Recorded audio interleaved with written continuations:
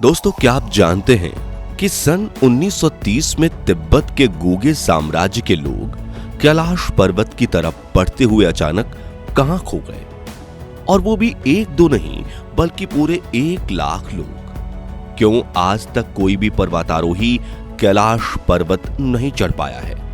और जब लालची चीन ने कैलाश पर्वत पर हेलीकॉप्टर भेजा और नासा ने अपने सैटेलाइट को कैलाश पर केंद्रित किया, तो उन्होंने ऐसा तो क्या देखा कि अपने सभी मिशन माउंटेन कैलाश रातों रात बंद कर दिए? और क्या कैलाश पर्वत के नीचे एलियंस की पूरी नगरी बसती है? जानने के लिए पूरा वीडियो जरूर देखिए। दोस्तों, कैलाश पर्वत इस दुनिया की एकमात्र ऐसी जगह है जो अपने अंदर अनेकों ऐसे रहस्य समेटे हुए है। फिर चाहे वो पर्वत के आसपास मौजूद अजीबो गरीब मैग्नेटिक फील्ड हो जिसमें सभी कंपास काम करना बंद कर देते हैं, या पर्वत के चारों तरफ गूंजने वाली ओम की धुनी हो, या फिर इस पर्वत से जुड़ी अलग अलग धार्मिक मान्यताएं हो। जैसे कि हिंदू धर्म के ग्रंथों के अनुसार कैलाश पर्वत भगवान शिव का निवास स्थान है और वो आज भी अपने परिवार के साथ कैलाश पर्वत पर रहते हैं। इसके अलावा शास्त्रों के अनुसार कुबेर की नगरी भी कैलाश पर्वत पर ही स्थित है। वहीं चीन के तिब्बत में रहने वाले बौद्ध धर्म गुरुओं का ऐसा मानना है कि माउंट मेरू यानी कैलाश पर्वत पर बुद्ध भगवान के अलौकिक रूप देमे चोक रहा करते थे। जबकि भारत के जैन धर्म के लोगों की ये मान्यता है कि उनके प्रथम तीर्थंकर ऋषभ देव को कैलाश पर्वत पर निर्वाण की प्राप्ति हुई थी। इतना ही नहीं, हिंदू धर्म के सबसे बड़े ग्रंथ महाभारत में कहा गया है कि अपनी बीवी द्रौपदी के साथ पांडव भाइयों ने भी मुक्ति के लिए कैलाश पर्वत की चढ़ाई की थी, क्योंकि इसे स्वर्ग लोक का प्रवेश द्वार माना जाता है। ये सभी मान्यताएं कहीं ना कहीं इस तरफ इशारा जरूर करती हैं कि कैलाश पर्वत दुनिया के सबसे पवित्र स्थानों में से एक है। लेकिन फिर क्यों आज तक कोई भी साधारण मनुष्य कैलाश पर्वत पर चढ़ाई नहीं कर पाया? और क्यों कैलाश की चोटी पहुंचने की जिद करके आगे बढ़ने वाले पर्वतारोहियों की रहस्यमयी तरीके से मौत हो जाती है? इन सवालों को लेकर भारत के विद्वानों का कहना है कि कैलाश पर्वत की भूमि इतनी पवित्र है कि कलयुग के तामसिक मनुष्य इस पर कभी चढ़ाई नहीं कर पाते, और पर्वत की चोटी पर सिर्फ वही पहुंच सकता है जो आत्मिक और शारीरिक तौर पर आध्यात्मिकता के उच्च स्तर को पा चुका हो, जिसके लिए इस दुनिया की मोह माया को त्यागना जरूरी है। लेकिन बदकिस्मती से आजकल कोई भी ऐसा मनुष्य नहीं है जो लाभ, लालच या मोह माया और बुरे ख्यालों से दूर हो और जिनका मन शुद्ध हो। इसलिए कैलाश पर्वत पर आज तक कोई नहीं चढ़ पाया। कहा जाता है कि कैलाश पर्वत के चारों ओर एक अलौकिक शक्ति का प्रवाह है और कैलाश पर्वत के पास तपस्वी गुरु आज भी टेलीपैथी के जरिए आध्यात्मिक गुरुओं से संपर्क करते हैं। दोस्तों, 16वीं सदी में माउंट कैलाश के पास गूगे किंगडम नाम का एक ऐसा साम्राज्य था जिसके 1 लाख लोग रातों रात अचानक से कहीं गायब हो गए, और इनके इस तरह गायब होने की मिस्ट्री को भी कैलाश पर्वत के साथ जोड़ा जाता है। लेकिन वो कैसे? आइए शुरुआत से समझते हैं। तो 13वीं सदी में माउंट कैलाश के पास एक शासक ने जब गूगे साम्राज्य की स्थापना की थी तब इसकी हालत बिल्कुल खस्ता थी। कुछ कच्ची दीवारों की चारों तरफ सिर्फ और सिर्फ बर्फ थी और परिस्थितियां इतनी कठोर थीं कि हर किसी को लगता था कि अगले ही कुछ सालों में इस साम्राज्य का सर्वनाश हो जाएगा। लेकिन अगले 200 सालों में इस जगह ने अपना रुख इस तरीके से बदला जिसकी कल्पना भी किसी ने नहीं की थी। एक ऐसी जगह जहां लोगों को भूखमरी से मरना चाहिए था, वहां आज खाने पीने से लेकर रहने तक हर वो सुविधा थी जिसकी इंसान कल्पना कर सकता है। एक ऐसी जगह जहां की जनसंख्या कुछ हजारों से शुरू होकर 1 लाख लोगों तक पहुंच चुकी थी। साथियों, 16वीं शताब्दी आते आते आसपास के राज्य इनसे मित्रता का हाथ बढ़ाने की कोशिश में लग गए, जबकि मुगल इस राज्य को हड़पना चाहते थे। लेकिन वहां के शासकों को किसी की दोस्ती और दुश्मनी मंजूर नहीं थी।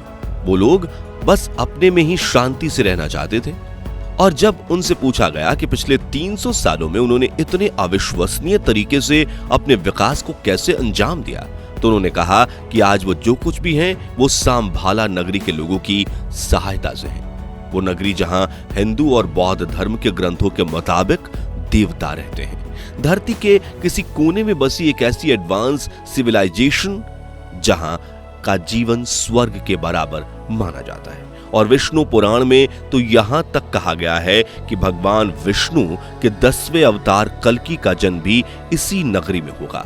गुगे साम्राज्य की इसी तरक्की के पीछे के राज से पर्दा उठाने के लिए और इसे अपने कब्जे में करने के लिए 16वीं सदी में लद्दाख के राजा ने यहां पर हमला करने का षड्यंत्र बनाया और 1633 में लद्दाख के सैनिकों की फौज ने गुगे साम्राज्य को चारों तरफ से घेर लिया ताकि कोई भी नागरिक बाहर ना जा सके।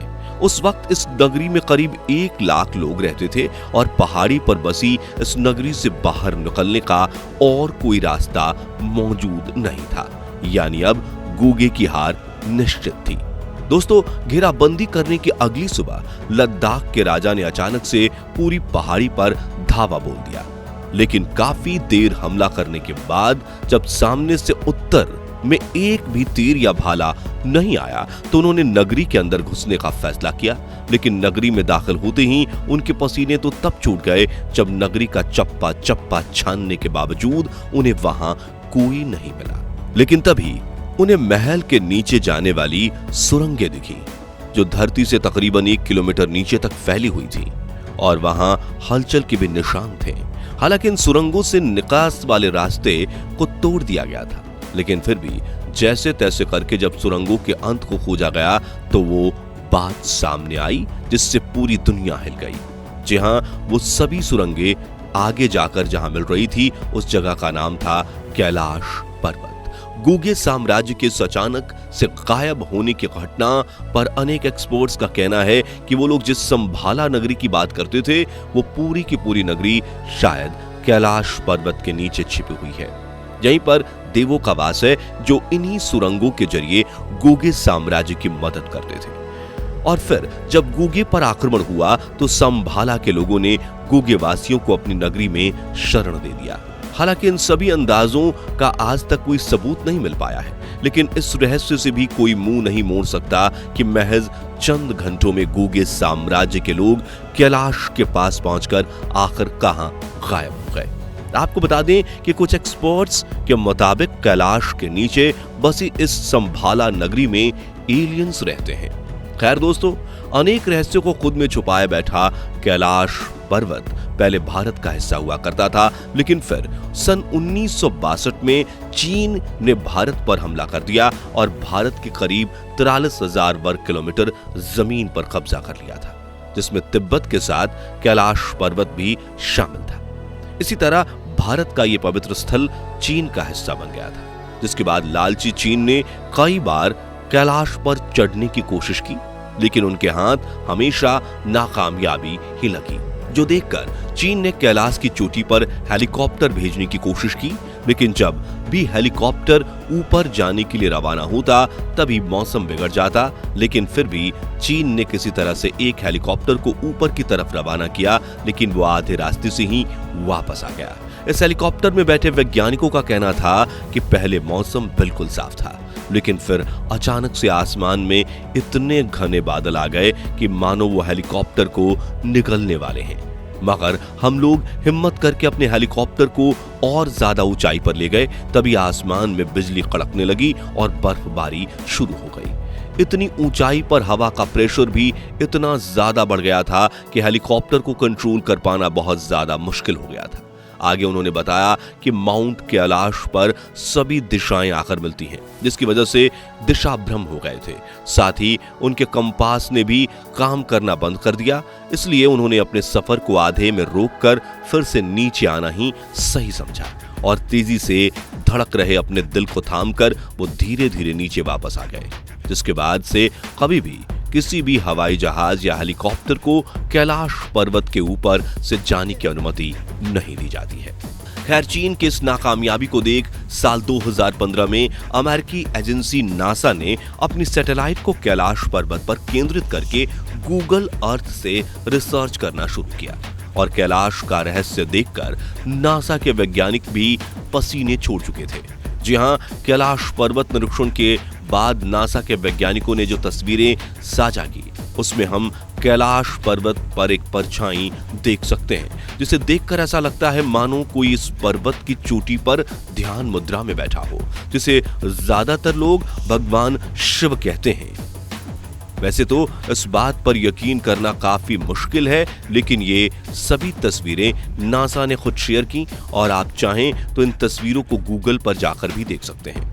तो दोस्तों, आज से 400 साल पहले आखिर गूगे साम्राज्य के साथ क्या हुआ होगा, और क्या वैज्ञानिक कभी कैलाश पर्वत के इन अनसुलझे रहस्यों से पर्दा उठा पाएंगे, या फिर अगले हजारों लाखों साल तक कैलाश पर्वत अपने रहस्यों को छिपाए ही रखेगा?